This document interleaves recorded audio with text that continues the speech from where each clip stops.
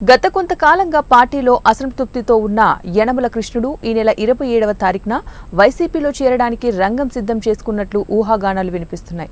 యనమల రామకృష్ణుడు తమ కుమార్తె Yanamala దివ్యకు assembly seat ఇప్పించడంతో కృష్ణుడు కొద్ది రోజులుగా టీడీపీకి దూరంగా ఉంటున్నారు. జనసేన బీజేపీలో జాయిన్ అవ్వడానికి ప్రయత్నాలు చేసిన నేపథ్యంలో ఆ పార్టీలలో అవ్వకుండా అడ్డుకట్టు వేసిన యనమల రామకృష్ణుడు ఇప్పటికే తన అనుచరులు వైసీపీ తీర్థం పుచ్చుకున్నారు. ఎటువంటి షరతులు లేకుండా పార్టీలోకి రావాలని ముఖ్యమంత్రి జగన్ సూచించినట్లు సమాచారం. సోదరుడు యనమల రామకృష్ణుడు పట్టించుకునే పరిస్థితి లేకపోవడంతో ఆయన వైసీపీలో చేరాలని నిర్ణయం తీసుకున్నట్లు సమాచారం.